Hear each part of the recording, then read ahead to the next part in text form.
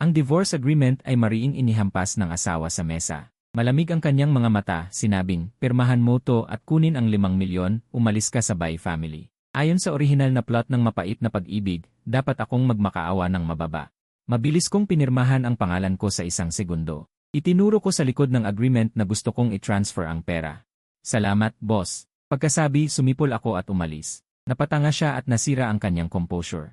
Kinalagkad ko ang isang lumang maleta. Sa gitna ng mga komplikadong tingin ng lahat ng mga katulong sa Bai family, itinaas ko ang aking ulo na parang isang general na nagwagi sa labanan. Sa likod ko, ang kanyang dating ipinagmamalaking iceberg face ay tuluyang nagkaroon ng basag. Linyu, wala ka bang sasabihin sa akin? Ang kanyang boses ay malamig at matigas. May pigil na galit. Huminto ako at nag-isip ng mabuti. Tumingin ako sa kanya at nagtanong, ang 5 milyon ba ay bago o pagkatapos ng buwis? Pwede bang dumaan sa company account para maiwasan ang buwis? Beiningbing, ang kanyang dibdib ay mabilis na umakyat baba, halatang sobrang galit. Walang pakialam akong nagkibit balikat. Sa loob-loob ko, tuwang-tuwa ako. 3 taon akong nagpanggap na walang kwenta sa nobelang ito bilang isang inampon na asawa. Araw-araw akong nagpapakaalipin. Sa kanyang malamig na mukha, maingat akong kumilos at tiniis ang kanyang mga walang kwentang relasyon. Lahat ay para hintayin na magising ang system. Ngunit lumipas ang 3 taon, wala man lang anino ng system. Ngayon, sa diborsyo, makuha ang 5 milyon. Ang malaking swerteng ito ay sa wakas ay dumating sa akin. Bumalik ako sa kwarto kung saan ako nakatira sa loob ng 3 taon. Nagsimula akong mag-empeke. Wala naman talagang maraming ayusin. Ang mga high-end suits sa wardrobe. Ang mga branded shirts, lahat ay binili niya para magmukhang presentable. Hindi ko talaga gusto suotin ang mga ito. Yumuko ako at hinugot mula sa ilalim ng kama ang aking pinakamahalagang kahon. Naglalaman ito ng lumang game console, ilang puting shorts na kupas na. At kalahating kahon ng iba't ibang lasa ng instant noodles. Ito ang aking tunay na lahat ng ari-arian. Pumasok siya kasunod ko. Pinanood niya ako na isiksik ang mga bagay na ito na itinuturing niyang basura sa maleta. At ang mga mamahaling relo at cufflinks na regalo niya sa akin ay iniwan ko na lang sa mesa. Parang tinatapon ang basura. Sa wakas ay nagsalita siya, itinuro ang isang relo na nagkakahalaga ng 1 milyon at nagtanong. Ang mga bagay na ito, hindi mo dadalhin. Masyadong mabigat. Mahirap dalhin, totoo kong sinabi. At masyadong maingay ang pagtakbo ng relo. Click-click, nakakaistorbo sa pagtulog ko. Ramdam ko ng malinaw na ang kanyang paghinga ay tumigil sandali. Marahil hindi niya naisip na ang kanyang maingat na piniling mamahaling regalo ay ganito ang trato sa akin. Mabilis kong isinarado ang zipper ng maleta at mahinang sinabi. Sige, hanggang sa muli na lang. Habang hinihila ang maleta palapit sa kanya, hindi ko man lang inilaan ang isang sulok ng aking mata sa kanya. Sa sala, ang mayordoma at mga katulong ay nakayuko. Ngunit ang kanilang nanginginig na balikat na pilit na pinipigilan ang tawa ay naglantad sa kanila. Sa loob ng 3 taon, ang aking reputasyon bilang tangang tagasunod ay kumalat sa Bai family. Ngayong hindi na ako sumusunod, ang unang naapektuhan ay ang taong sanay ng sinusunod. Sa pintuan, masaya akong sumigaw sa mayordoma, Tito Zhang. Salamat sa mga nakaraang taon. Masarap ang pagkain pero medyo walang lasa. Sa likod ko, nagtagal ang katahimikan. Nai-imagine ko pa nga siyang nakatayo roon, ang kanyang pagkadismaya at pagkalito na parang suntok sa bulak. Paglabas ng gate ng Bai family villa, sinalubong ako ng hangin ng tag-init. Bigla akong gumaan na parang lilipad. Malaya na. Sumipol ako at kinalagkad ang lumang maleta. Mabilis ang mga hakbang ko na parang magbabakasyon sa Hawaii. Nakatayo siya sa bintana, pinapanood ang aking walang pag-aalinlangan na likod. Ang kanyang mukha na yelong taon-taon ay tuluyang nagpakita ng pagkalito. Hindi niya maintindihan. Ang lalaking dating hindi makatulog dahil sa isang salita niya, na sumusunod sa kanya sa lahat ng bagay, paanong biglang hindi na nagmamahal. Hindi niya alam na ito ay simula pa lamang ng kanyang pagkalito. Naghanap ako ng isang internet cave hotel. Umupa ng pinakamahal na double computer suite. Inihagis ang maleta at bumagsak sa malambot na gaming chair. Mahabang buntong hininga. Manager, isang family bucket. 2 bot ng malamig na coke. Pagkasigaw sa intercom ng kwarto, binuksan ko agad ang computer.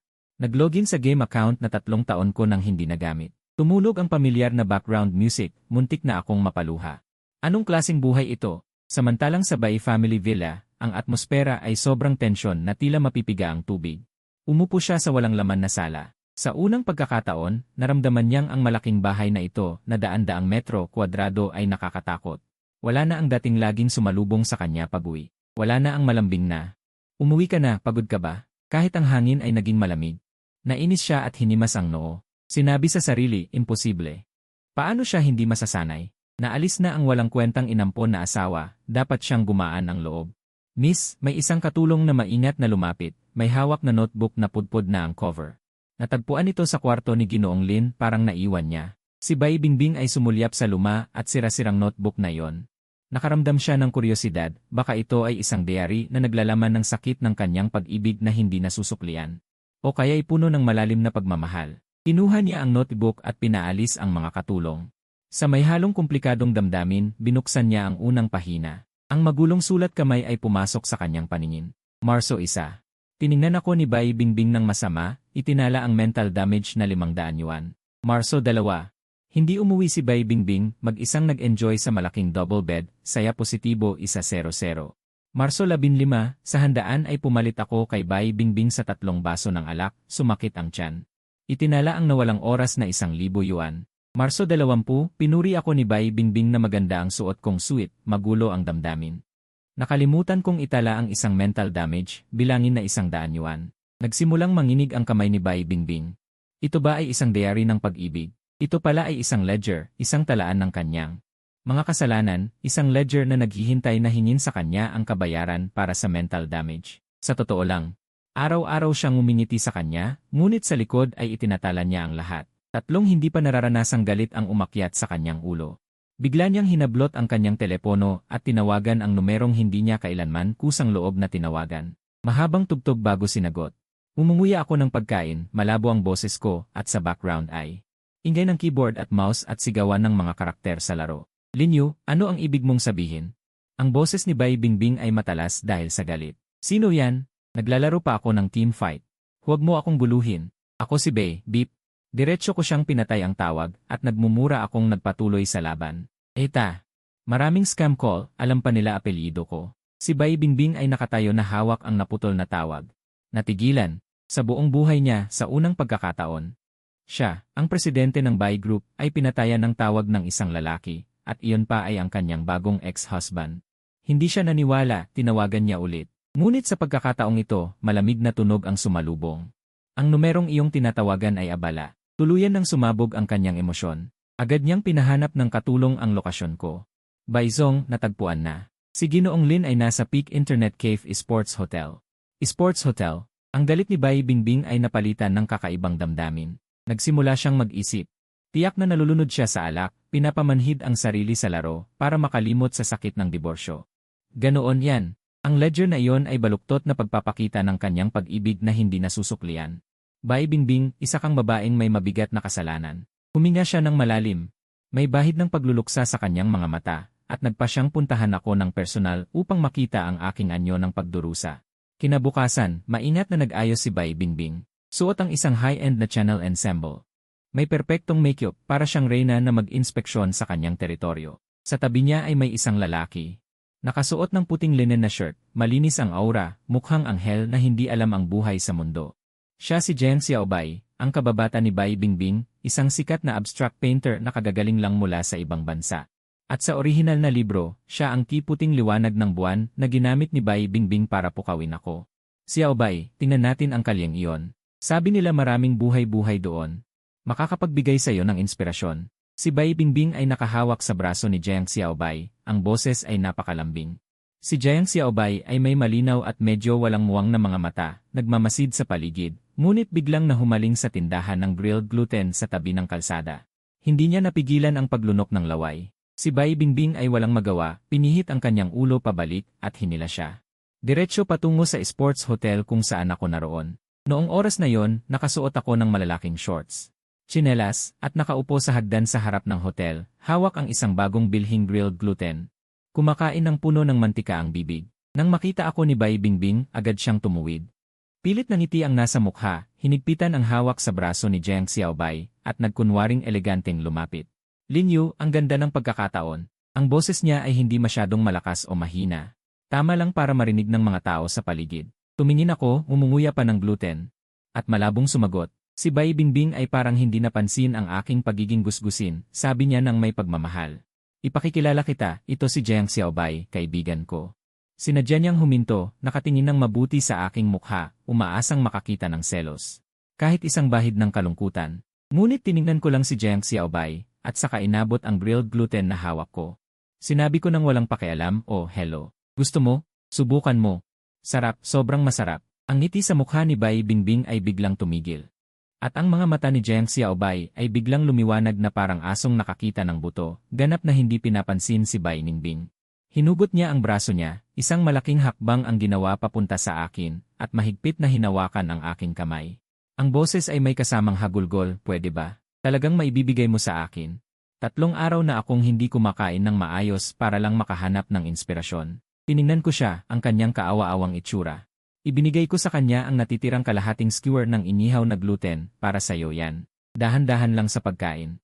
Huwag kang mabulunan." Si Jiang Xiaobei, parang nakahanap ng kayamanan, ay tumabi sa akin at kumain ng parang lobo. Nakatayo si Bai Ningbing sa kanyang pwesto, suot ang isang set ng damit na 10,000 ang halaga, naka-high heels. Sa simoy ng tag-init, siya ay tuluyang nalito. Hindi ganito ang script.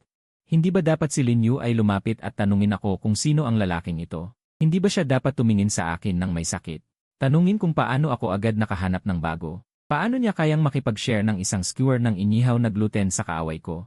Ang mas nakakasira sa kanya ay dumating pa. Pagkatapos kumain ni Jiang Xiaobei ng gluten, lumapit ang tindero para maningil. "Pre, 10 piso. Si Jiang Xiaobei ay nagtaka na tumingin sa tindero, pagkatapos ay lumingon sa akin. Itinuro ko si Bai Ningbing na nasa malapit. Kasama niya yung babae sa kanya mo kunin. Agad na lumapit ang tindero kay Bai Ningbing. Ang mukha ni Bai Ningbing ay naging kulay lila at puti, nahihiya at walang malagyan. Si Jiang Xiaobei, huli na nang malaman, ay tumakbo palapit. Hinawakan ang braso nito at sinabi, "Ningbing, wala akong dalang cellphone. Bayaran mo na lang para sa akin." Sa huli, ang mataas na Bai Ningbing ay napilitang maglabas ng 100 pisong cash mula sa kanyang Hermes bag. At sa harap ng mga nanonood na parang nanonood ng drama, bumili ng isang 10 pisong inihaw na gluten. Tumayo ako, pinagpag ang alikabok sa aking pantalon, at naghanda na bumalik sa hotel para maglaro muli ng laro. Sa pagdaan ko kay Bai Ningbing, sinabi ko sa boses na tanging kaming dalawa lang ang makakarinig, "Itong iyong white moonlight na ito. Mukhang hindi masyadong matalino at medyo magastos." Si Bai Ningbing ay mahigpit na hinawakan ang 70 pisong sukli. Halos nakabaon na ang kanyang mga kuko sa kanyang palad. At si Jiang Xiaobei, na dapat ay tumulong sa kanya na mang-asar sa akin, ngayon ay sumusunod sa akin. At may paghanga sa kanyang mga mata ay nagtanong, "Kuya, saan mo binili yung inihaw na gluten? Alam mo pa ba kung ano ang masarap?" Hindi ako lumingon. Siyempre alam ko. Cup noodles. Ang aking nilutong cup noodles, walang katulad sa buong mundo. Ang plano ni Bai Ningbing na gamitin si Jiang Xiaobei ay nauwi sa isang malabong pagtatapos, kung saan siya pa ang nalugi ng 10 piso. Ngunit hindi siya sumuko. Naniniwala siya na matigas lang ang aking dila at mahal ko pa rin siya sa puso. Kaya naman, ang pangalawang tool na gagamitin para inisin ako ay dumating agad. Si Long Ocean. Siya ang presidente ng katabing Long Corporation at isa sa mga posibleng maging asawa ni Bai Ningbing sa negosyong kasunduan. Talagang nabuhay siya sa kanyang pangalan. Para siyang lumabas mula sa isang lumang nobelang Bossy C mula 10 taon na ang nakalipas. Suot ang makintab na pompador na buhok. Itim na salamin at masikip na suit na bumabalot sa kanyang malakas na pangangatawan. Ang kanyang lakad ay may sarili nitong presensya. Parang sumusunod ang hangin sa kanya. Noong araw na yon, lumabas ako ng internet cave para kumain ng Lansu beef noodles. Isang napakakapansin-pansing limited edition na Lamborghini ang humarang sa akin, halos madaganan ang aking tsinelas. Bumukas ang pinto ng kotse, bumaba si Long Ocean gamit ang kanyang mahahabang binti, at hinubad ang kanyang salamin. Binunyag ang kanyang mukha na akala niya ay sobrang gwapo. "Ikaw si Lin Yu?" Tumango ako. Sa isip ko, sino na naman itong taong ito? Sa dilim, sa loob ng isang ordinaryong Porsche. Si Bai Ningbing ay may hawak na teleskopyo, tensyonadong pinapanood ang mga pangyayari. Naniniwala siya na ang pag-uyam gamit ang pera ay hindi matitiis ng kahit sinong lalaki. Si Long Ocean ay naglabas ng isang tseke mula sa kanyang bulsa. At may magandang galaw ay iwinasiwas ito. "Iwanan mo si Ningbing at ang tseking ito na 5 milyon ay sayo na." Inaasahan niya na magagalit ako at sasabihin ko ang klasikong, "Huwag mong hamakin ang kabataan sa kahirapan." Lumiwanag ang aking mga mata. Isa na naman itong kusang nag-aabot ng pera. Ang galing naman. Hindi ko kinuha ang tseke, sa halip ay inilabas ko ang aking cellphone at binuksan ang ear code, inilapit ito sa kanya. At taimtim na nagmungkahi, "Pwede bang iscan na lang? Ang pag-encash ng tseke ngayon ay masyadong mahirap. At saka, kapag nag-transfer ka, pakilagyan ng tala na kusang loob na donasyon para maiwasan ang gulo sa hinaharap." Si Long Ocean ay biglang nanigas. Ang tseke sa kanyang kamay ay umuuga sa hangin, at ang kanyang gwapong ngiti ay nagyelo sa lugar. Hindi ito ang script. Hindi ba dapat galit mong punitin ang tseke at dumura sa mukha ko? Sa loob ng kotse, si Bai Ningbing ay pinapadyak din ang kanyang teleskopyo na may ingay. Lin Yu, saan napunta ang iyong dangal? Tiningnan ko ang walang emosyong mukha ni Long Aoshan, akala ko ay nagdadamot siya sa pera. Kaya tiniklop ko ang aking cellphone at bumuntong hininga. Nagpakita ng bahala na nasa loobin. Sobra ba? Di okay lang. Talagang hindi na ako alis. Sa totoo lang, ang pagkain ng soft rice sa pamilya Bai ay masarap naman. May pagkain at inumin, walang trabaho, saan pa makakahanap ng ganitong magandang bagay? Baliktad ko siyang hinahawakan. Tulad ng inaasahan, agad na nagalit si Long Aoshan, ikaw itong lalaking walang dangal. Hindi ko siya pinansin, tiningnan ko lang. Nakita ko sa passenger seat ng Lamborghini niya may libro, napakakita ng pamagat, ang sining ng pagsasalita, bersyon ng si.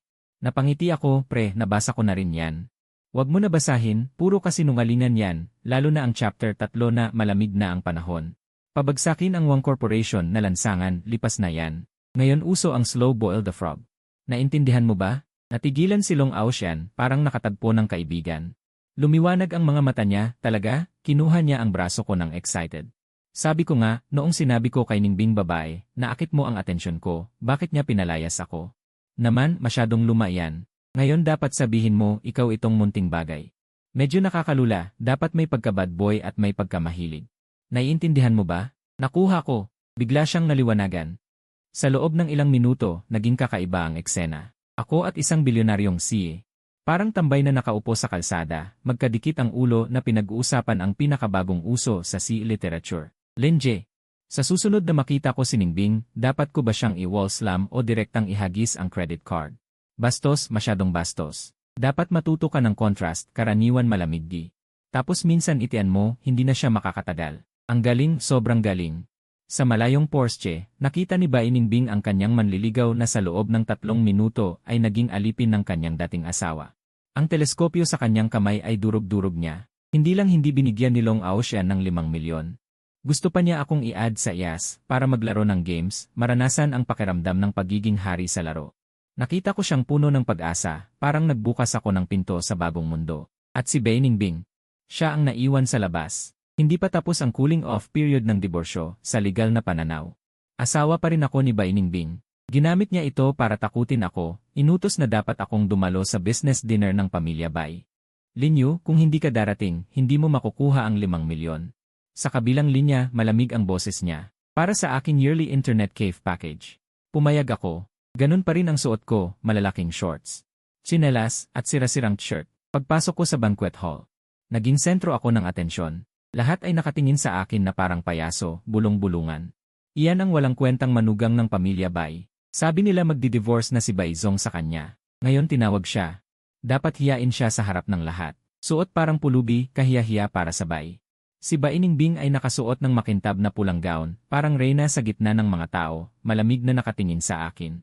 Hihintayin akong mapahiya, pero makapal ang mukha ko, dumaan na lang sa mga tao. Pumunta sa buffet area. Ang sarap ng lobster na ito, sariwa rin ang abalon. Habang kumakain ako ng busog, may sumiksik na tao, Lin Jie. Tiningnan ko si Jiang Xiaobai. Nakasuot siya ng puting suit na napakaayos. Parang munting prinsipe sa kwento, ngayon may dalang plato, nakatingin sa akin na parang humihingi ng tulong. Lin Jie, paano kainin itong lobster? Kinakagat ang kamay ko.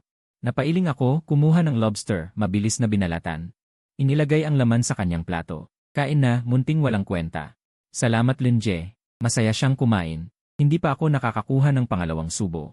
May isa pang sumiksik, Lin Jie, si Long Aoshan. Maganda rin ang suot niya ngayon. Paano mo natapos yung dungjon kagabi? Namatay ako ng 8 beses. Turuan mo ako, sabi niya habang kumukuha ng papel at panulat mula sa loob ng kanyang suite. Napilitan akong ibaba ang tinidor, kaliwang kamay nagbabalat ng hipon para sa marangal na moonlight, kanang kamay may hawak na panulat sa napkin. Gumuguhit ng game strategy para sa EGC. Dito, gamitin mo muna ang second skill para lokohin ang kanyang dash. Tapos sandan ng ultimate. Ganun. Sa banquet hall, nagkaroon ng napakamahiwagang eksena. Dapat ang buong lugar ay para kay Bai Ningbing bilang host, pero ngayon lahat ng tingin ay nasa buffet area sa sulok. Ako, isang walang kwentang manugang na naka-shorts at sinelas, napapalibutan ng moonlight at si na manliligaw ni Bai Ningbing, parang hari na naghahari. At ang tunay na bida na si Bai Ningbing, nakasuot ng pinakamagarang gown, pero walang tao sa paligid niya. Siya ang naging pinakanakakahiyang tao sa buong lugar. Namumutla at namumula ang kanyang mukha, at sa huli ay naging kulay abot berde. Sa wakas ay hindi na niya napigilan. Naglakad siya patungo sa akin nang may galit, suot ang kanyang mataas na takong. Lin Yu, ano ba ang ginagawa mo? Itinaas ko ang aking ulo, may nakasaksak na piraso ng stick sa aking bibig. Nagmukha akong inosente. Tinutulungan kita sa pag-aalaga ng mga bisita. Tingnan mo kung gaano sila kasaya. Ang serbisyong ito, dapat bang dagdagan ang bayad? Si Bai Ningbing ay nanginginig sa galit. Kinuha niya ang isang baso ng red wine mula sa tray ng isang waiter sa tabi. Mukhang ibabato niya sa akin. Ako naman ay umiwas ng hindi sinasadya. Ngunit si Jiang Xiaobei sa tabi ay inakala na ito ay isang masayang laro. Masaya siyang sumigaw, wow, ito ba ay pista ng tubig? Gusto ko ring sumali. Kinuha ni Jiang Xiaobei ang isang hindi pa nabubuksang bote ng champagne sa mesa. Binuksan ito nang may malakas na pumutok. Itinaas niya ito ng mataas sa kanyang ulo at ibinuhos sa kanyang sarili. Ang gintong alak na may bula ay bumasa sa kanya mula ulo hanggang paa. Biglang tumahimik ang buong lugar. Lahat ay nakatitig na tulala sa basang-basa na white moonlight na artistang ito. Natigilan ang kilos ni Bai Ningbing. Ang baso ng red wine ay dumula sa kanyang kamay at nahulog sa sahig, nabasag. Ang tunog ay lalong nakakasugat sa tenga. Siya ay tuluyang nasira. Nakatingin siya sa akin ng may pulang mga mata. Ang kanyang boses ay puno ng hinanakit at kawalan ng pag-asa. Lin Yu, mas gusto mo pang makipaglaro sa dalawang tangang ito. Kaysa tingnan ako kahit isang beses lang, hindi ba? Tiningnan ko siya na parang malapit ng umiyak. Pinunasan ko ang mantika sa aking bibig at mahinahong sumagot, nga. Mas kawili-wili sila kaysa sayo. Sa sandaling iyon, nakita ko ang liwanag sa mga mata ni Bai Ningbing. Natuluyang napatay. Pagkatapos ng parang komedya na piging, nagkasakit si Bai Ningbing. Si Jiang Xiaobei na nabasa ng champagne ay okay. Si Long Aoshan na nagalit ay okay rin. Tangin siya, ang mukhang pinakamalakas na reyna. Dahil sa sobrang galit at pagkahipo ng malamig na hangin, ay nagkaroon ng mataas na lagnat at na ospital. Siya ay nakahiga sa ward. Maputla ang kanyang mukha. Sadyang itinago ang balita, at pinayagan lamang ang abogado na ipaalam sa akin sa isang opisyal na tono. Siya ay tumaya. Tumaya na may pagmamahal pa ako sa kanya. Naisip niyang gagawin ko gaya ng dati. Nasa unang senyales ng kanyang pagkakasakit ay pupunta ako sa kanyang tabi, aalagaan siya buong gabi, maghahain ng tsaa at tubig, magluluto ng lugaw at magpupunas ng katawan. Noong oras na yon, nasa sports hotel ako, kasama si Long Aoshan at Jiang Xiaobei na naglalaro ng laro ng tatlo kaming magkakasama. Saktong sobrang intense ng laban, nag-vibrate ang phone ko. Nakatanggap ako ng isang text message. Lin, si Bai Ningbing ay na-ospital dahil sa acute pneumonia. Kasalukuyan siyang nasa room 301 ng City Central Hospital. Tiningnan ko yon. Sumagot ako ng 3 salita at isang emoji, uminom ng maraming mainit na tubig. Yeah. Pagkatapos ay itinapon ko ang phone sa isang tabi at ipinagpatuloy ang pag-uutos sa laro. Aoshan, ikaw na tanga, mag-engage ka na. Xiaobei, ikaw na healer, huwag mong habulin ang asasin ng kalaban. Sa ospital, nakatitig si Bai Ningbing sa kanyang phone sa magaan na linyang uminom ng maraming mainit na tubig. Unti-unting lumamig ang kanyang puso. Naghintay siya ng buong araw. Walang tawag, walang mensahe, at lalong wala ang pamilyar na figura. Sa wakas ay pumikit siya ng may kawalan ng pag-asa. Ngunit kinabukasan ng hapon, bumukas ang pinto ng ward. Bigla siyang nagmulat ng mata. Ang nakita niya ay 3 magkakaibang mukha, ako, Long Aoshan, at Jiang Xiaobei. Iyon pala, noong malapit nang mawasak ang aming base, si Long Aoshan ay hindi sinasadyang nakita ang aking text. Grabe, Linje. Na-ospital ang asawa mo at naglalaro ka pa dito. Dating asawa, pagtatama ko. Itinama ko siya. At saka, may pera siya. Hindi pwede. Sabay na sinabi ni Long Aoshan at Jiang Xiaobei. Ang isa ay nagsabing hindi maganda ang hindi pagbisita, ang isa naman ay naawa kay Ate Ningbing na may sakit. Kaya ako ay sapilitan nilang hinila mula sa gaming chair at dinala sa ospital. Nang makita kami ni Bai Ningbing, ang kanyang tingin ay dumaan kina Long Aoshan at Jiang Xiaobei at tumingin sa akin na may bahagyang pag-asa. Si Long Aoshan ay nag-alay ng isang malaking palumpo ng bulaklak. Ningbing, huwag kang mag-alala. Inayos ko na ang aking medical team na naka-standby 24 paghahati pito. Tiningnan ni Bai Ningbing ang mga bulaklak at lalong pumutla ang kanyang mukha. Iyon ay mga puting chrysanthemum. Si Jiang Xiaobei ay naglabas din ng kanyang regalo, isang portrait na kanyang iginuhit magdamag. Ate Ningbing, iginuhit ko ito para sa'yo. Sana pagtingin mo ay gumaling ka agad. Sa larawan, si Bai Ningbing ay tahimik ang ekspresyon, seryoso ang background. Mukha itong isang funeral portrait. Kumibot ang mga labi ni Bai Ningbing. Sa wakas ay tumingin siya sa akin. Wala akong dala. Nagkibit balikat ako. Tingnan mo, pareho silang bumili. Kaya hindi na ako mag-aaksaya.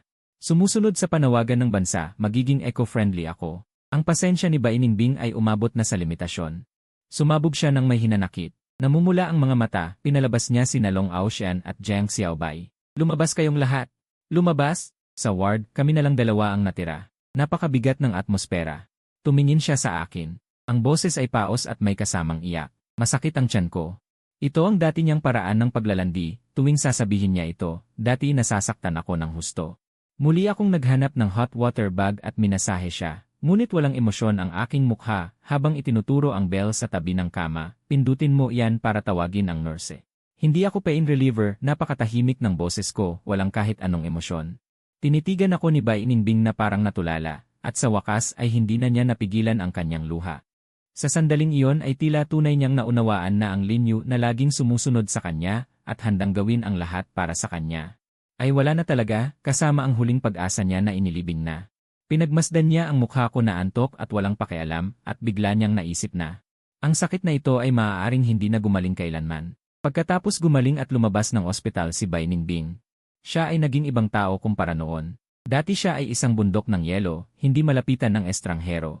Ngayon siya ay naging isang aktibong bulkan, isang maliit na bagay lang ay sasabog na. Lahat ng empleyado sa kumpanya ay laging nasa estado ng takot.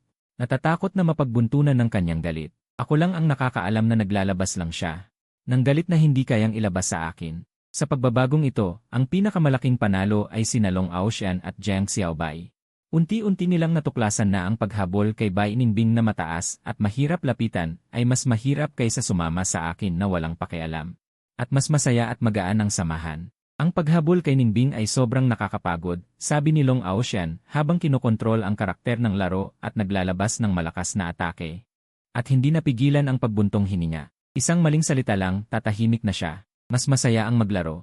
Kuya Lin, samahan mo akong umangat, sabi ni Jiang Xiaobei na sumasang-ayon habang nakatuka ang kanyang bibig sa pansit na niluto ko para sa kanya. Siya ay bumubulong ng hindi malinaw, hindi niya rin naintindihan ang mga drawing ko. Si Kuya Lin lang ang nakakaintindi sa akin. Sabi ni Kuya Lin, kahit hindi makita kung ano ang eksaktong iginuhit ko, ang magulong pakiramdam na yon ay parang isang bowl ng nahulog na Jianbing, may lalim ng buhay. Ganun na lang. Isang lihim na grupo na tinatawag na Samahang Tumutulong sa Mga Biktima ng Pamilya Bai ay tahimik na nabuo. Ako ang presidente, sina Long Aoshan at Jiang Xiaobei ang mga miyembro. Ang aming pang-araw-araw na gawain ay magtipon sa barbecue stall malapit sa villa ng Pamilya Bai, magyabang at magkwentuhan. Mag-usap tungkol sa laro, magtalakay ng sining, at mabuhay ng malaya at masaya. Noong araw na yon, pagkatapos ng overtime ni Baining Bing, dumaan siya sa lugar na yon sa pamamagitan ng kotse, at sa bintana ay nakita niya agad. Ang napakasaya at maingay na eksena, ang kanyang dating asawa at ang dalawa niyang manliligaw, ay nakaupo sa paligid ng isang mamantika na mesa, nagkakapatiran, nag-ihaw at umiinom, tumatawa ng walang pakialam. At ang pangunahing paksa ng kanilang usapan ay siya mismo. Sabi ko sa inyo, ang babaeng ito na si Baining Bing ay nasanay na sa sobrang pag-aalaga. Kung hindi mo siya disiplinahin sa loob ng 3 araw, akyat siya sa bubong. Uminom ako ng isang higop ng beer at walang pakundangan na nagsalita. Si Long Aoshan ay tumango ng malakas. Tama, Kuya Lin, sobrang tama. Gumagana sa kanya ang kunwaring lumalayo para makalapit, mas pinapaboran mo siya. Mas hindi kanya pinapansin. Itinaas ni Jiang Xiaobei ang kanyang kamay at mahinang nagtanong, hindi na ba natin siya papansinin?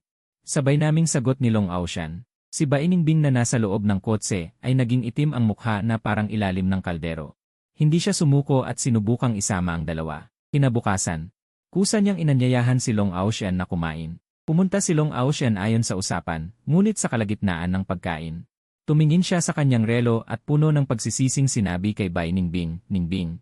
Sorry, kailangan ko nang umalis. Kahit na mahal kita sa puso ko.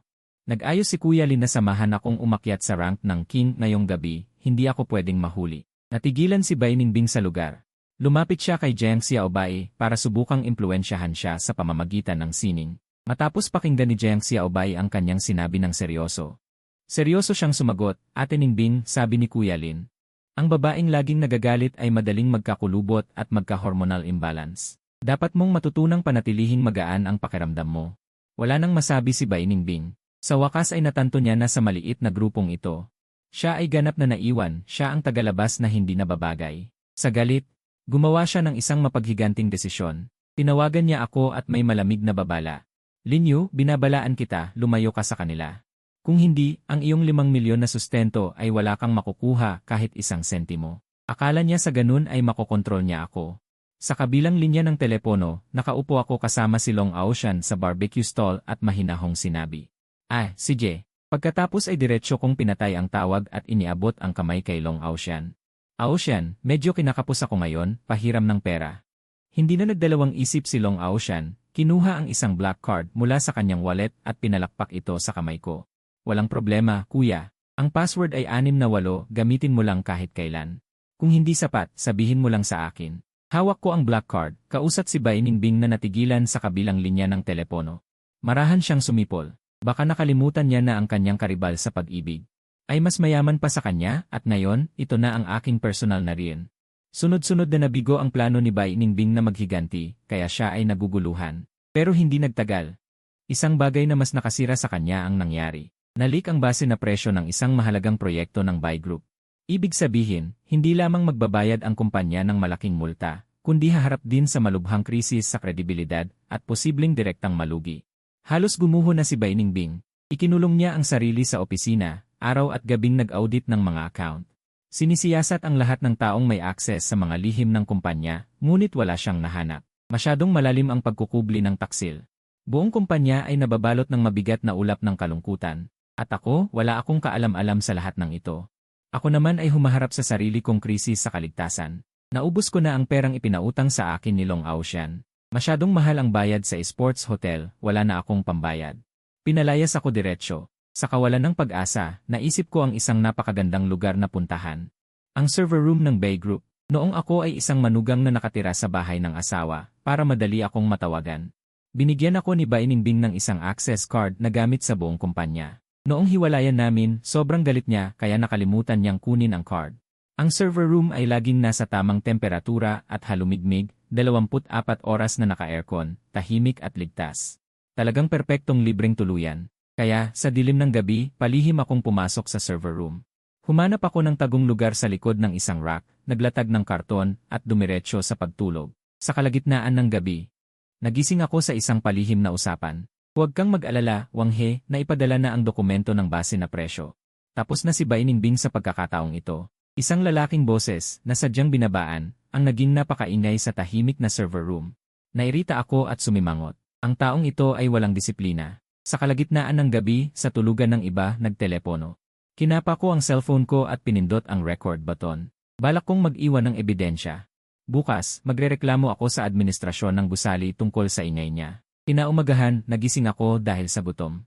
Inaantok na lumabas ako ng server room, gusto kong pumunta sa pantry para humanap ng makakain. Pagdaan ko sa pinakamalaking conference room. Narinig ko ang galit na sigaw ni Bai Ningbing. Imbestigahan niyo ng husto, kahit maghukay kayo ng 3 talampakan sa lupa.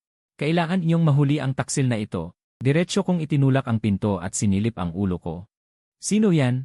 Ang ingay-ingay dito sa madaling araw, di na ba kayo magpapatulog ng tao? Sa conference room, lahat ng executive ng kumpanya, kasama si Bai Ningbing, ay nakatitig sa akin na para silang nakakita ng multo. Linyu, nagulat at nagalit si Bai Ningbing. Ano ang ginagawa mo rito? Hahanap ng maiinom. Walang hiya akong pumasok. Kinuha ko ang isang hindi pa nabubuksang mineral water sa mesa at diretsong ininom. Lahat ay nakatitig sa akin, ang hindi inaasahang bisita. Walang nangahas magsalita. Ang vice-presidente ni Bai Ningbing, marahil ay gustong magpakitang gilas sa harap niya, itinuro ako at sumigaw ng mahigpit. Seguridad, nasaan ang seguridad? Palabasin ang taong ito na walang kinalaman. Pagkatapos kong uminom, nagbelch ako. Kinuha ko ang cellphone ko sa bulsa at inihagis sa conference table. Tigilan niyo na ang pagsigaw. Ang taong ito ay masyadong maingay. Kayo na ang bahala sa kanya. Pinindot ko ang play button. Ang recording ng usapan kagabi ay malinaw na umalinggaw sa buong conference room. Pagkasabi ko niyon, ang isang vice-presidente na nakaupo sa tapat ni Bai Ningbing ay dumulas mula sa kanyang upuan at bumagsak ng may malakas na lagok. Ang mukha niya ay puti na parang patay. Biglang nagkaroon ng katahimikan sa buong lugar. Lahat ay tumingin sa akin na para akong isang Diyos. Isang krisis na nagbabanta sa buhay ng kumpanya. Ay nalutas ng isang taong gusto lang matulog sa aircon sa isang napakakakaibang paraan. Nakatitig sa akin si Bai Ningbing, nakabuka at nakasara ang bibig, hindi makapagsalita ng kahit isang salita. Malamang hindi niya inaasahan sa kanyang panaginip na ang magliligtas sa buong Bai Group ay ang taong pinakahamak niya. Ang kanyang dating asawa na naka-shorts at tsinelas. Nalutas ang krisis ng kumpanya at ang taksil ay naipasok na sa pulisya. Gusto akong paghandaan ni Bai Ningbing ng isang salusalo para sa tagumpay at bigyan din ako ng bonus. Hindi na kailangan ng gulo. Diretso akong tumanggi. Ay cash na lang at ay deposit sa account ko. Alam mo ang numero. Tiningnan ako ni Bai Ningbing na parang hindi ako maaapektuhan ng kahit ano. Sa unang pagkakataon, naramdaman niya ang matinding kawalan ng lakas. Hindi niya maintindihan kung anong klaseng tao ako. Kaya sinimulan niyang balikan ang bawat detalye ng aming 3 taong pagsasama. Pinanood niya ang lahat ng CCTV footage ng kumpanya at binasa ang lahat ng proyektong dokumento sa nakaraan. Pagkatapos ay natuklasan niya ang hindi mabilang na mga detalye na hindi niya kailanman napansin. Isang beses sa isang piging. Isang mahirap na kliyente, lasing, ay gustong mangtrato sa kanya. Si Linyu ang tahimik na humarang sa kanyang harapan. Ininom niya ang buong bote ng baijiu para sa kanya. Pagkatapos ay sumuka siya ng halos buong gabi. Isang beses, ang negosasyon ng isang proyekto ay natigil. Si Linyu, sa pamamagitan ng tila walang kabuluhang usapan, ay hindi sinasadyang nagbigay sa kanya ng sagot at natagpuan ang susi sa paglutas ng problema. At hindi mabilang na beses, siya ay tahimik na umasikaso sa mga bagay na ayaw niyang asikasuhin at hinarang ang lahat ng problema para sa kanya. Ang mga bagay na ito, si Linyu ay hindi kailanman binanggit. At siya. At hindi ko naman ito pinansin. Si Bai Ningbing ay nakaupo sa walang tao niyang opisina, nakatingin sa screen na yon. Nagpapakita pa rin ng ngiting may pagsuyo ang lalaki. Parang may pumiga ng mahigpit sa kanyang puso. Nagsimula siyang mag-self-reflection. Talaga naman siyang walang silbi. Itinago lang niya lahat ng kanyang talino, tahimik na nagbabantay sa akin. Hindi rin naman niya talagang gustong sumuko. Nasaktan lang siya sa akin. Mas masakit pa sa kamatayan ang matinding dalamhati. Tiyak na pipirma siya sa diborsyo, hindi kikibo sa lahat ng aking pagpapakita ng kabutihan. Upang patunayan ang kanyang hinala. Hinanap niya si Jiang Xiaobai. Xiaobai, si Lin Yugi. Ano bang sinabi niya tungkol sa akin? Si Jiang Xiaobai ay nakayuko, nagdodrawing, hindi man lang tumingin. Sinabi ni Kuya Lin na ang ugali mo ay matigas at mabaho, parang bato sa kubeta. Sinumang magpakasal sa iyo ay malas. Hindi na makakaahon sa 3 buhay. Dati, si Bai Ningbing ay mabilis na magalit. Pero sa pagkakataong ito, sa halip na magalit, namula ang kanyang mga mata. Ang kanyang boses ay nag-uumapaw ng luha. Kaya pala palagi niya akong tinitiis. Puno ng pagkakasala at sakit, nagpasya siyang ako'y muli niyang ligawan. At ganito nagsimula ang aking bangungot. Kinaumagahan, gising ako sa katok sa pinto. Pagbukas ko, si Bai Ningbing pala. May dala siyang dermos, ang mukha niya ay may bahagyang pamumula. Gumawa ako ng almusal. Maingat akong tumingin sa kanya. May lason ba yan? Naputol ang sasabihin ni Bai Ningbing. Tanghali, kumakain ako ng stir-fried noodles sa kariton, bigla siyang sumulpot. May dalang malaking bokwet ng rosas. Para sa'yo. Kumunot ang aking noo. Anong gusto mong gawin? Gusto mong takasan ang 5 milyon? Muli siyang natahimik ni Bai Ningbing. Gabi, naglalaro ako ng laro sa internet cafe kasama si Long Ocean. Suot-suot niya ang hoodie at maong na hindi ko pa nakikita sa kanya. Tahimik na nakatayo sa likod namin. Gusto ko ring maglaro. Sa kanyang malamya at nagmamakaawang itsura. Sa kanyang pagsisikap na sumabay sa aking buhay, isa lang ang nasa isip ko, itong babae. Talaga nang nababaliw. Sa wakas, hindi ko na nakayanan, hinabol ko siya sa may pinto ng internet cafe. Bai Ningbing, at Bai. Kung magkakaroon ng pagkakataon muli, pakakasalan mo pa ba ako? Puno ng inis ang boses ko. Tumingin siya sa akin, ang bahagyang liwanag sa kanyang mga mata. Ay tuluyang naapula ng malamig kong tubig. Lin Yugi, nanginginig ang kanyang boses. Galit ka ba sa akin? Sa kanyang mukha na parang masisira. Bigla kong naisip, parang ang komedyang ito ay papalayo ng papalayo sa payapang buhay na gusto ko. Hindi siya Bai Ningbing na natalo sa aking malamig na mga salita. Sa halip, lalo siyang nagpursigi, pinilit na sumali. Sa aming samahan ng mga biktima ng pamilya Bai, kaya ang aming barbecue session. Mula sa piging ng 3 lalaki, ay naging di pangkaraniwang 4 na tao na maliit na pagtitipon. Tinanggal ni Bai Ningbing ang kanyang high-end suit. Pinalitan ng puting shirt at maong, pinilit na maging magiliw. Ngunit ang kanyang malamig na aura. At ang mamantika at maingay na paligid ay hindi bagay. Pag-upo niya, si Long Ocean at Jiang Xiaobai ay umayos ng upo. Kahit huminga ay hindi makalakas. Ang dating masiglang barbecue stall ay biglang tumahimik na parang lamay. Ako lang, kumakain at umiinom pa rin gaya ng dati. Dagdag na kutsara lang yan, sabi ko sa kanya. Tandaan mo, mag-ambag tayo.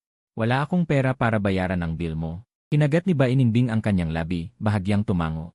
Para gumaan ang paligid, nagmungkahi si Long Aoxian ng truth or dare. Hindi sinuwerte. Sa unang round ay natalo si Bai Ningbing. Pinili niya ang katotohanan. Si Long Aoxian at Jiang Xiaobei ay natakot magtanong. Natural, sa akin napunta ang gawain. Nagdududa ako, pabastos-bastos na nagsalita. Yung 5 milyon, kailan mo ba talaga ibibigay? Biglang katahimikan sa buong paligid. Namutla ang mukha ni Bai Ningbing, nang siya ang magtanong sa akin. Ang kanyang mga mata ay may kaba at pag-asa. Lin Yu, kung magkakaroon ng pagkakataon na ulitin, pakakasalan mo pa ba ako? Si Long Aoxian at Jiang Xiaobei ay sunod-sunod na sinisipa ang aking paa sa ilalim ng mesa, pabulong na sinasabihan akong magsalita ng mabuti. Masakit ang aking bukong-bukong, at nakita ko ang muling pagliyab ng liwanag sa mga mata ni Bai Ningbing. Kaya inayos ko ang aking lalamunan. At seryosong sumagot, hindi. Malinaw kong nakita ang liwanag sa kanyang mga mata. Nabiglang nabasag. Ngunit nagpatuloy pa rin ako, masarap ang pagiging sugarol. Pero mas mahalaga ang kalayaan kaysa sa ano paman. Kung diretsyo mo na lang akong bigyan ng pera, hindi na kailangan ng kasal. Iyon ang pinakamagandang sandali, ngunit biglang naging nagyelo ang kapaligiran, hindi na kayang pigilan ni Bai Ningbing ang kanyang emosyon. Kinuha niya ang mga beer na nasa mesa, sunod-sunod na ininom hanggang sa lasing na lasing siya sa ilang sandali. Dahil sa kalasingan, bigla siyang dumapo sa aking dibdib, niyakap ako at umiyak ng malakas, Lin Yui. Hindi na ako makikipaghiwalay. Hindi ako makikipaghiwalay sa'yo kahit mamatay pa ako. Ang kanyang mainit at malambot na katawan ay dumikit sa akin. Ngunit ako, parang nakuryente, agad na itinaas ang 2 kamay na parang sumusuko. Hoy, hoy, hoy! Huwag kang magpanggap na nasagasaan. Nagmamadali akong sumigaw sa tabi, sa mga nakatulalang si Long Aoxian at Jiang Xiaobei. Kayo ang magpatotoo para sa akin. Siya ang dumapo sa akin, wala akong ginagalaw sa kanya. Si Long Aoxian at Jiang Xiaobei ay hindi man lang nagtangkang tumulong. Ang isa ay nag-record gamit ang cellphone, ang isa ay gumuhit gamit ang sketchpad. At paulit-ulit na bumubulong, taunang drama, pag-ibig at puot na gusot. Sobrang nakakasabik, ang basag na babaeng si at ang walang awang lalaking pabaya. Ang artistikong tensyon ay punong-puno na. Tiningnan ko ang babaeng umiiyak na parang mababaliw sa aking dibdib, saka ang 2 kaibigan na masyadong mahilig manood ng kaguluhan. Sa unang pagkakataon, nag-alinlangan ako sa aking pinapangarap na buhay na pabaya. Ang buhay na ito, mas nakakapagod pa ba kaysa sa pagtatrabaho ng maayos? Nang akala ko ang buhay ay umabot na sa sukdulan ng kahangalan, mas nakakatawang mga pangyayari ang sumunod. Ang espiya sa Bai Corporation na aking nahayag. Ang nasa likod na boss ay tuluyang nawalan ng pag-asa. Hindi nila magalaw si Bai Ningbing kaya nilipat nila ang kanilang atensyon sa akin, ang tinatawag nilang mahinang punto. Noong araw na yon, kami ni Jiang Xiaobei ay lumabas mula sa art gallery, umuwi tayo dito. Siya talaga ang pilit akong hinila para panoorin ang kanyang art exhibit. Siyempre, ako'y nakatulog sa tabi buong oras. Paglabas namin ng pintuan, biglang huminto sa harap namin ang isang itim na van. Bumaba ang ilang malalaking lalaki, at walang sabi-sabi ay isinalansan kami ni Jiang Xiaobei sa sako. Diretso kaming dinala. Nang magkamalay ako, nasa isang abandonadong bodega na ako. Kami ni Jiang Xiaobei ay itinali sa 2 poste, may tela sa aming bibig. Ang ilang mga kidnapper ay nakapaligid sa amin.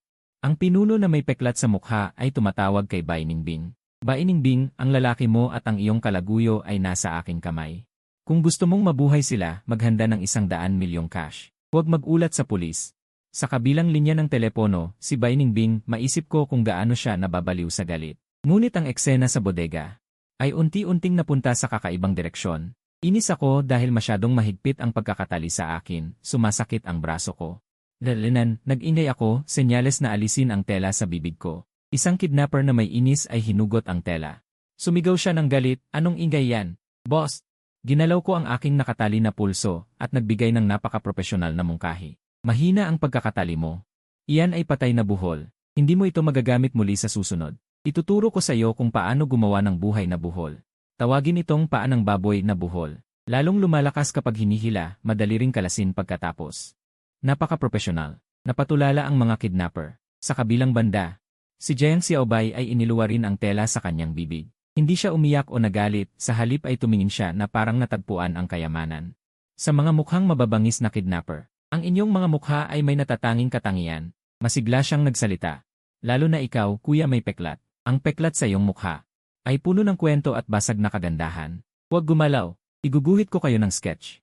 Sabay, mula sa kung saan, kumuha siya ng isang pluma at isang sketchbook. At nagsimulang gumuhit ng mabilis sa harap ng mga kidnapper. Tuluyang nalito ang mga kidnapper. Kami ay nandito para mangidnap.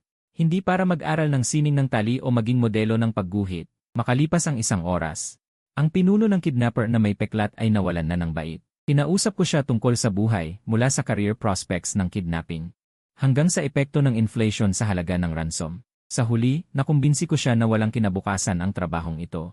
Mas mabuting sumama na lang sa akin sa ilalim ng tulay para maglagay ng screen protector. At si Jiang Xiaobei, natapos na ang kanyang obra. Ibinigay niya ang drawing sa mukhang may peklat. Sa drawing, ang mga kidnapper ay pawang may pangit na mukha at matutulis na ngipin, parang mga demonyong galing sa impyerno. Boss, tignan mo, nahuli ko ang inyong pakikibaka at kalayaan sa kaloob-looban ng inyong kaluluwa. Tinignan ng lalaking may peklat ang drawing na ginawa siyang halimaw, nanginginig ang kanyang kamay sa hindi mapigilan. Biglang may malakas na putok. Ang pinto ng bodega ay sinipa ng isang tao. Si Bai Ningbing kasama si Long Aoshan. At sa likod ay isang hanay ng mga bodyguard na nakaitim ay sumugod ng may galit. Lin Yu. Ang boses ni Bai Ningbing ay puno ng hagulgol. Ngunit sa susunod na segundo, siya at ang grupo ni Long Aoshan ay nakita ang isang eksenang hindi nila malilimutan habang buhay. Ako at ang tatlong kidnapper ay nakaupo sa isang kahon, nakatuon sa paglalaro ng Dao Dizhu Chinese card game. Pairs ng tres, hindi ko kaya. Eroplano. Si Jiang Xiaobei naman ay nakaupo sa isang maliit na bangkito, pumapalakpak at nagpapasya bilang referee. Sa buong bodega ay puno ng masayang kapaligiran. Si Bai Ningbing at ang grupo ni Long Aoshan ay lahat natigilan sa pintuan. Nang magkaintindihan si Bai Ningbing, parang baliw siyang tumakbo at niyakap ako. Halos mamatay ako sa takot. Nasaktan ka ba? Umiikot-ikot siya sa akin, hawak ko pa ang isang magandang kamay ng baraha. Itinulak ko siya ng may pagod, sandali lang, huwag kang maingay. Kaya kong lumabas ng tagsibol sa kamay na ito, mananalo na ako, dinoble nila ang taya. Yung 50 piso. Ang duguan mukhang kidnapper ay tumingin kay Bai Ningbing at sa mga bodyguard na pumasok, parang nakakita ng tagapagligtas. Sumigaw siya ng malakas, inabot ang kanyang dalawang kamay, at sumugod sa bodyguard ni Long Aoshan. Kasamang pulis, arestuhin niyo ako, pakiusap, bilisan niyo akong arestuhin. Susuko ako, lahat sasabihin ko, ayoko nang makasama ang dalawang taong ito.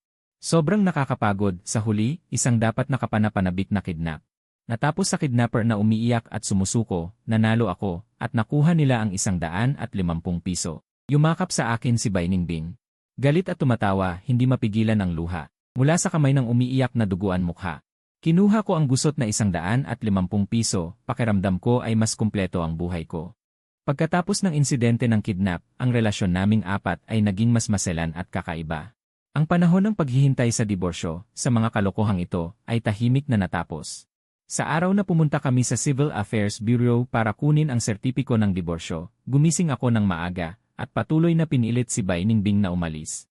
Pero siya ay dahan-dahang nakaupo sa sofa, umiinom ng kape. 3 beses ko siyang pinilit, sa wakas ay ibinaba niya ang tasa. Kinuha niya mula sa drawer ang kasunduan ng diborsyo na pinirmahan ko na noon sa harap ko. Pinunit niya ito sa 2 at itinapon lang sa basurahan. Natigilan ako. Anong ginagawa mo? Naiintindihan ako, ang 5 milyon ko. Tumayo si Bai Ningbing at lumapit sa akin, kinuha mula sa kanyang bag ang isang itim na bank card, at isinilid sa kamay ko. Ibinibigay ko ang card sa iyo, walang password, walang limitasyon. Agad na nagliwanag ang mga mata ko, totoo ba? Talaga? Tumango siya, pagkatapos ay hinawakan ang laylayan ng damit ko, napakababa ng boses. Pero may matatag na katiyakan, ang card ay sa iyo, gamitin mo kahit kailan. Ang tao ay sa akin. Tumingin ako sa kanyang mga mata na hindi na malamig, puno ng tiyaga at kaunting pagsusumamo. Hawakan ang bank card na ito na magpapahintulot sa akin na maging tamad habang buhay, napaisip ako, parang. Hindi rin naman imposibleng tanggapin. Sa huli, hindi natuloy ang diborsyo. Tama ang daan, namuhay ako sa buhay na pinapangarap ko, may perang hindi mauubos, walang trabaho. At may asawang responsable sa paghahanap buhay, minsan nababaliw ngunit karamihan ay napakaganda. Tinalikuran ni Long Aoshan ang paghabol kay Bai Ningbing. Natuklasan niya na walang tsansa ang makipag-agawan sa lalaki sa magiging asawa ng kanyang kuya, kaya naging utol ko siya. Bawat ilang araw ay dumarating ang sports car sa villa ng pamilya Bai, para lang makipag-usap sa akin tungkol sa pinakabagong nobela ng Si, at para magpaturo sa akin ng laro. Si Jiang Xiaobei naman ay naging personal kong alalay, araw-araw sumusunod sa akin, tinatawag akong Kuya Lin, basta pakainin ko siya ng anumang junk food. Masaya siya tulad ng isang bata na may 200 kilo. At si Bai Ningbing, ang tunay na ice queen ni ng Bai Group. Sa halip, siya ang may pinakamababang katayuan sa bahay na ito. Tuwing umuwi siya mula sa trabaho, hindi siya nakakakita ng mainit na tanawin ng pamilya. Kundi tatlong lalaki na ginugulo ang sala, isa nakahiga sa sofa naglalaro, isa sumisigaw ng suporta. At isa gumuguhit kung saan-saan sa dingding. Wakas, isang maaraw na hapon. Naka-shorts ako, nakasunglas, nakahiga ng relax sa beach chair sa tabi ng pool, sumisikat sa araw.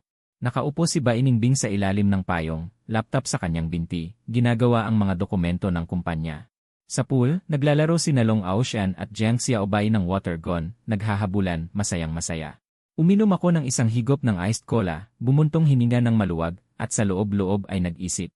Sa pagtawid na ito, kahit hindi ko natamaan ang tigre ng bundok o sinipa ang dragon ng dagat. Ngunit ginawa ko ang dapat na magkaribal na sina Long Aoshan, at ang dati kong pag-ibig na naging alalay, at ang asawa ko ang naghahanap buhay para sa akin. Ito siguro, sa ibang paraan, ay isang uri ng tugatog ng buhay. Habang masaya ako sa pag-isip, ang malamig na boses ni Baining Bing ay dumating, "Linyu, bangon. Oras na para uminom ng gamot." Hindi ako gumalaw, nagkunwaring patay.